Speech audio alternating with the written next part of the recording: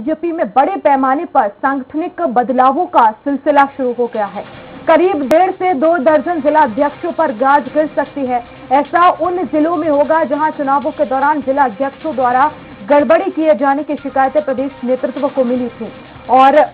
कई प्रत्याशियों ने भी इस संबंध में शिकायत की थी। संगठन स्तर पर कुछ और फेरबदल भी किए जाएंगे। और ज्यादा जानकारी के लिए संवाददाता प्रशांत राव इस वक्त हमारे साथ सीधे लखनऊ से लाइव जुड़ गए हैं। प्रशांत, जिला अध्यक्षों पर गाज गिरने वाली है। अगर बात की जाए तो कितने ऐसे जिला अध्यक्ष हो सकते हैं जिन पर ये कार्रवाई होगी? साथ ही साथ अगर कार्रवाई हुई तो क्या कुछ इसके पीछे की वजह?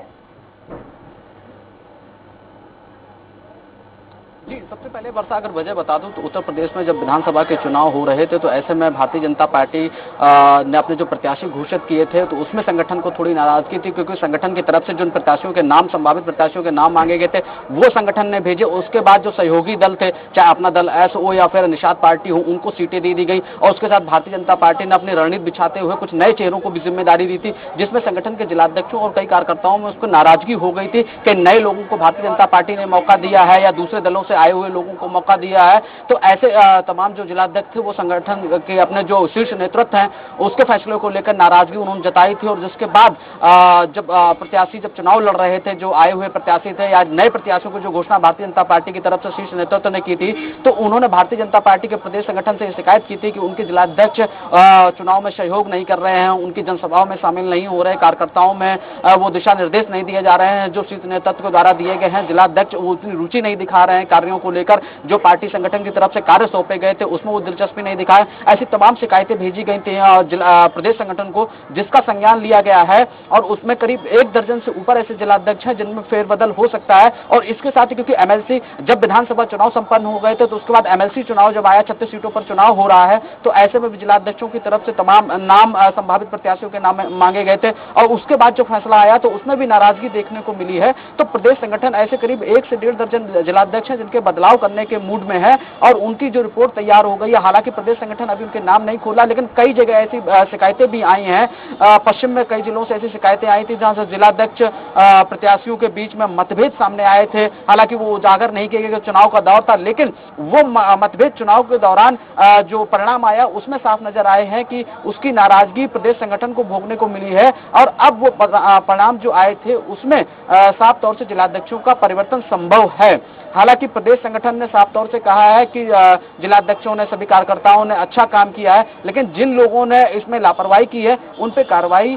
जरूर की जाएगी। बिल्कुल जी। तो जिला अध्यक्षों पर कार्रवाई तो की जाएगी प्रशांत, लेकिन क्या अब ये भी तय हो गया है कि अब इन नामों को जिला अध्यक्ष बनाया जाएगा और इन नामों पर मोहर लग गई है, ऐसा कुछ हाईकमान ने तय किया है? जी देखिए, आज की बात करी जाए तो आज उत्तर प्रदेश में विधायक दल की बैठक है और उसके साथ ही एमएलसी चुनाव यहां पर 9 अप्रैल को समाप्त होंगे। उसके बाद ही नया फैसला सामने आएगा। लेकिन अंदरूनी तौर पर भारतीय जनता पार्टी ने जो जिलाध्यक्ष हैं जिन्होंने अपने कार्य में निरंकुशता दिखाई या दिलचस्पी नहीं दिखाई है, उनका डाटा तैयार कर लिया गया है और अमित शाह हैं उनको ये सौंपा जाएगा। उसके साथ प्रदेश संगठन ने जब यहाँ मुख्यमंत्री पद की शपथ हो जाएगी तो मुख्यमंत्री को वो डाटा दिया जाएगा, ताकि वो जो जिलाध्यक्ष है जिन पर आरोप लगे हैं, विधायक जो बहुत कम ऐसे कई जगह रहे हैं जो बहुत कम यानी कि 300 से या 200 वोट से हारे हैं प्रत्याशी, तो ऐसे जिलों के जिलाध्यक्षों पर कार्रवाई होना तय माना जा रहा है। लेकिन वहीं दूसरी बात अगर ये देखी जाए कि नाराजगी इसलिए भी जिलाध्यक्षों में थी क्योंकि संगठन ने नए लोगों को यहाँ पर टिकट दे दिया था और इसके साथ ही बाहरी दलों से आए हुए प्रत्याशियों को भी यहाँ पूरा टिकट दिया गया और उसके बाद ही सहयोगी दलों को सीट दी गई। तो जो भारतीय जनता पार्टी के मूल कैडर के लोग थे जो लगातार यहाँ मेहनत कर रहे थे, जनता के बीच में 5 साल से जा रहे थे, उनके टिकट काट दिए गए। उससे जिलाध्यक्षों में कहीं ना कहीं नाराजगी हुई क्योंकि उनके जो कार्यकर्ता थे, चाहे मंडल स्तर के या बूथ स्तर के हैं, लगातार वो अपने जिलाध्यक्षों पर दबाव बना रहे थे कि जो कैडर के लोग हैं उनके टिकट काट दिए गए हैं। तो शीर्ष नेतृत्व को उन्होंने नाराजगी जताई थी। उसके बाद जिलाध्यक्षों ने कहीं ना कहीं ऐसे प्रत्याशियों की मदद नहीं की है जो पहले भारतीय जनता पार्टी की लगातार जो है बुराई करते आ रहे हो या फिर उन पर हमला कर रहे हो, जो लगातार भारतीय जनता पार्टी के लोगों पर हमला कर रहे हो। तो ऐसे लोगों के खिलाफ जो नाराजगी रही है उसमें भारतीय जनता पार्टी के जिलाध्यक्षों ने रुचि नहीं दिखाई है उस पर कार्रवाई शीर्ष नेतृत्व कर सकता है और प्रदेश के मुखिया कहा जाए स्वतंत्र देव सिंह पर ये सारी जो कार्रवाई है वो निर्भर है। उसके बाद वो अपनी जो कार्रवाई होगी वो राष्ट्रीय अध्यक्ष को सौंप सकते हैं या फिर अमित शाह को सौंप सकते हैं और जब कल मुख्यमंत्री पद की शपथ हो जाएगी तो सारा डेटा दिया जाएगा और संभावित है कि 9 अप्रैल के बाद ये फैसला आ सकता है कि उत्तर प्रदेश में कितने जिलाध्यक्ष बदले जाएंगे। तो वहीं कुछ ऐसे जिलाध्यक्ष हैं जिनको पार्टी संगठन ने चाहे विधानसभा में टिकट दिया हो या एमएलसी का टिकट दिया हो, जैसे एमएलसी में कानपुर देहात में अविनाश सिंह चौहान को टिकट दिया गया है तो वहां संभावित है कि नए जिलाध्यक्ष को मौका मिलेगा। तो ये संभव जरूर है कि जिन्होंने चुनाव के दौरान गड़बड़ियां की हैं या एमएलसी चुनाव के दौरान जो लोग गड़बड़ियां कर रहे हैं तो उनमें परिवर्तन संभव जरूर है। बिल्कुल, तो जो गड़बड़ियां कर रहे हैं वहां परिवर्तन संभव है, लेकिन प्रशांत क्या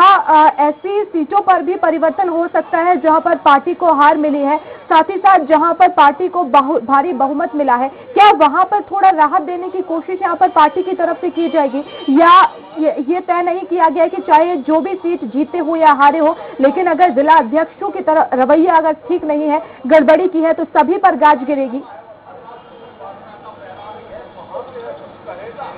देखिए, सभी पर काज नहीं कह सकते। हालांकि भारतीय जनता पार्टी एक अनुशासित पार्टी है, इतनी जल्दी अपने किसी कार्यकर्ता को नहीं हटाती है, लेकिन एक गंभीर मुद्दा है कि चुनाव में भारतीय जनता पार्टी को जिस तरीके से भीतरघात किया गया है उसमें कार्रवाई संभव है। जैसे आजमगढ़ की बात कर लें तो आजमगढ़ में समाजवादी पार्टी ने भारतीय जनता पार्टी को वहां शिकस्त दी है, तो रामपुर है और तमाम ऐसे जिले हैं पश्चिम में, कहीं चाहे मेरठ हो, बागपत हो, शामली हो, तो ऐसी जगह तमाम थोड़ी बहुत सामना जो है भारतीय जनता पार्टी को करना पड़ा है। उनके जिलाध्यक्षों पर आरोप लगे हैं कि वहां पर उन्होंने प्रत्याशियों को पूरी तरीके से मदद नहीं की है और कार्यकर्ताओं में जो दिशा निर्देश जारी करने थे वो जिलाध्यक्ष की तरफ से नहीं किए गए हैं। उनकी जनसभाओं में उस तरीके से दिलचस्पी नहीं दिखाई गई है, वो रूट मैप तैयार नहीं किया गया है, जिससे उत्तर प्रदेश के विधानसभा चुनाव को लेकर जिला अध्यक्षों को जो दिशा निर्देश दिए गए, तो तमाम आरोप हैं ऐसे जिलाध्यक्षों के ऊपर जिसको लेकर पार्टी संगठन कार्रवाई करने के मूड में है। लेकिन ये फैसला हालांकि प्रदेश अध्यक्ष के पास है, लेकिन उसके बाद भी यहाँ क्योंकि भारतीय जनता पार्टी में जो एक विधिक कार्रवाई होती है कि शीर्ष नेतृत्व को ये जिम्मेदारी सौंपी जाती है और ये उनको रिपोर्ट भेजी जाती है, तो ऐसे में उत्तर प्रदेश में जब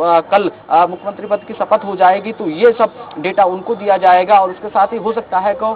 राष्ट्रीय नेतृत्व तक ये डेटा भेजा जाए जिन जिलाध्यक्षों पर ये जो आरोप लगे हैं। उसके बाद जो दिशा निर्देश मुख्यमंत्री की तरफ से या फिर सीधे राष्ट्रीय संगठन की ओर से आएगा, उसके बाद ये कार्रवाई संभव मानी जा रही है। बिल्कुल, बहुत शुक्रिया हमसे जुड़ने के लिए प्रशांत।